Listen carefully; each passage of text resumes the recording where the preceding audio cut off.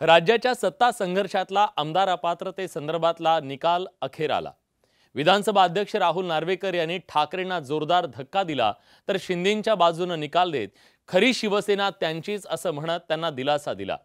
एक प्रकारे शिंदेंचा जबरदस्त विजय झाला, तर ठाकरेंच्या पदरी मोठी निराशा आली आणि पराभव आला। या सगळ्याचं जर विश्लेषण केलं तर एक गोष्ट आपल्याला जाणवते की या सगळ्यात शिवसेनेच्या ठाकरे गटाला सातत्याने कायदेशीर बाजूंनी पराभवाला सामोरं जावं लागलंय। सुप्रीम कोर्टात सुद्धा याआधी त्यांना दिलासा मिळाला नाही, आता अध्यक्षांच्या कोर्टात सुद्धा त्यांच्या हाती पराभव आला।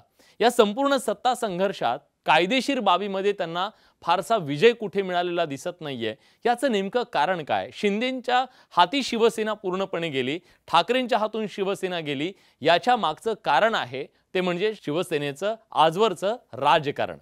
खरं तर ठाकरे गटानं आजवर केवळ भावनेचं राजकारण केल्याचं दिसतंय आणि कायदेशीर बाबीत ते कुठेतरी खूप कमी पडत गेले। त्या गोष्टींना त्यांनी गृहीत धरलं, हे या सगळ्यातून आतापर्यंतच्या 2 वर्षातल्या या सगळ्या कायदेशीर बाबींमधून दिसून येतंय। पण विरोधकांनी मात्र त्यांच्या कायदेशीर उणीवांचा चांगला अभ्यास केला, ग्राउंड वर्क चांगलं केलं आणि त्यामुळे कायदेशीर कसोटीवरती ठाकरेंना पराभवाला सामोरं जावं लागल्याचं स्पष्टपणे दिसतंय। सुरुवातीला जर आपण बघितलं तर काय आहे भावनिक राजकारण जे ठाकरे गटानं आतापर्यंत केलेलं आहे, किंवा शिवसेनेनं पारंपरिक राजकारण हे भावनेवर आधारित राजकारण। शिवसेनेचे सगळे मुद्दे सुद्धा जे राहिले ते भावनिक मुद्दे राहिले, राजकारणाची स्टाईल ही भावनिक राहिलेली आहे। पण या सगळ्या गोष्टी करत असताना कायदेशीर बाबी मात्र त्या कटाक्षानं करण्याचा त्यांनी प्रयत्न केला नाही, त्या उणीवा राहिल्या आणि त्याचा मोठा फटका त्यांना बसलेला दिसतोय। एक मोठी गोष्ट सुप्रीम कोर्टाने सांगितलेली होती, उद्धव ठाकरे यांनी तेव्हा अग्निपरीक्षेला सामोरं जायला हवं होतं। जर त्यांनी राजीनामा न देता अग्निपरीक्षेला सामोरं गेलेले असते, विश्वासदर्शक ठरावाला ते सामोरं गेले असते, तर या सगळ्यांनी थेट ॲक्ट केली आहे विरोधामध्ये, हे एस्टॅब्लिश झालं असतं आणि त्यामुळे हे सगळे आमदार अपात्र झाले असते। पण असं काही घडलं नाही।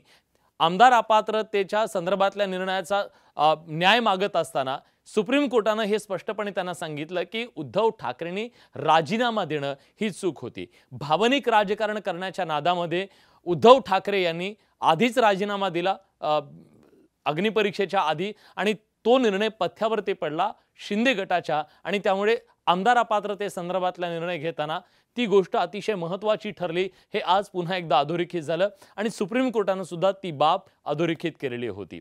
आणखी काय घडलं? आणखी एक गोष्ट आजच्या सुनावणीमध्ये किंवा आजच्या निकालातून दिसून येते की शिवसेनेमध्ये जे पद आहे ते शिवसेना प्रमुख हे पद सर्वोच्च आहे। पण जेव्हा शिवसेना प्रमुख बाळासाहेब ठाकरे यांच्या जाण्यानंतर त्या पदावरती उद्धव ठाकरे यांनी यायला हवं होतं, कारण घटनेनुसार ते सर्वोच्च पद होतं। पण तसं घडलं नाही, एक नवीन पद निर्माण करण्यात आलं आणि ते होतं पक्षप्रमुख पद। त्या पक्षप्रमुख पद जे घटनेमध्ये त्यांच्या नाहीये ते पद निर्माण केलं गेलं। ही सुद्धा भावनिक गोष्ट होती की बाळासाहेबांच्या पदावर दुसरा कोणी नको, पण ते करत असताना ज्या घटनात्मक बाबी करणं, कायदेशीर बाबी करणं गरजेचं होतं त्या केल्या गेल्या नाहीत आणि त्यामुळे त्याचा मोठा फटका हा शिवसेनेला ठाकरे गटाला आज बसताना दिसतोय। कारण पक्षप्रमुख पद यांना कुठले अधिकारच नव्हते शिवसेनेच्या घटनेनुसार, त्यामुळे त्यांना निर्णय घेण्याचा तो अधिकार नव्हता असं म्हणत एकनाथ शिंदेंना काढून टाकण्याचा अधिकार नव्हता, हे आज त्यांनी सांगितलं, अध्यक्षांनी आपल्या निर्णयामध्ये सांगितलं। त्यामुळे भावनिक राजकारण करण्याचा जो शिवसेनेचा ठाकरे गटाचा जो प्रयत्न होता तो मात्र त्यांच्या अंगलट आल्याचं या ठिकाणी दिसतंय। दुसरं, अंतर्गत बदलाचे, अंतर्गत घटना बदलाचे जे निर्णय व्हायला हवे होते ते निर्णय वेळच्या वेळी झालेले नाहीयेत। निवडणुका पक्षांतर्गत निवडणुका झालेल्या नाहीयेत।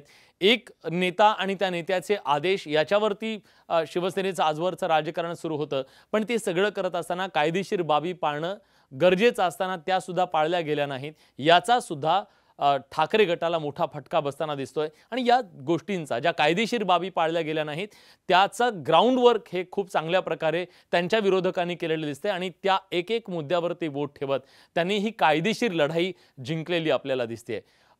पहिल्या दिवसापासून ते अगदी आजपर्यंत। दुसरं एक की जेव्हा बैठक बोलवण्यासाठी म्हणून किंवा मध्यस्थी करण्यासाठी म्हणून नार्वेकर आणि फाटक हे सुरतला गेलेले होते, ती सुद्धा एक मोठी चूक दिसते या सगळ्यामध्ये. कारण एका बाजूला ते सांगत होते की आमचा संपर्क झाला नाही आणि दुसऱ्या बाजूला 2 दूत त्यांनी पाठवले आणि त्यांच्याशी चर्चा केली हे समोर आलं. त्यामुळे आपण कुठे नेमके कमी पडतोय किंवा कायदेशीर बाबीत आपण अडकतोय याची कदाचित त्यांना लक्षात आलं नाही ती बाब. त्याचबरोबर ज्या प्रकारे त्यांना व्हीप बजावलेला होता तो व्हॉट्सअपवर पीएच्या पाठवला गेला असं त्यांनी सांगितलं. म्हणजे हे जे लूप होल्स होते त्यांच्या कायदेशीर बाबींमध्ये ते लूप होल्स त्यांच्या पूर्णपणे विरोधकांच्या पथ्यावर पडले. त्याचा चांगला अभ्यास त्यांनी केलेला होता आणि भावनेचं राजकारण सातत्यानं करण्याचा जो ठाकरे गटाचा आजपर्यंत राजकारण राहिलेला आहे, शिवसेनेच्या राजकारणाची स्टाईल राहिलेली आहे आणि तोच त्यांचा एक कमजोर दुवा या सगळ्यामधून समोर आला आणि त्याचा एक मोठा फटका हा ठाकरेंच्या शिवसेनेला बसलेला, उभाठा गटाला बसलेला दिसतोय आणि आज शिवसेना त्यांच्यापासून गेलेली आहे आणि शिंदेंची याच्यामध्ये सरशी झालेली दिसते आहे. आजच्या या निकालानंतर तरी शिवसेना केवळ भावनिक राजकारण नाही तर कायदेशीर बाबींची सुद्धा पूर्तता करण्याच्या दृष्टीनं योग्य पावलं उचलेल.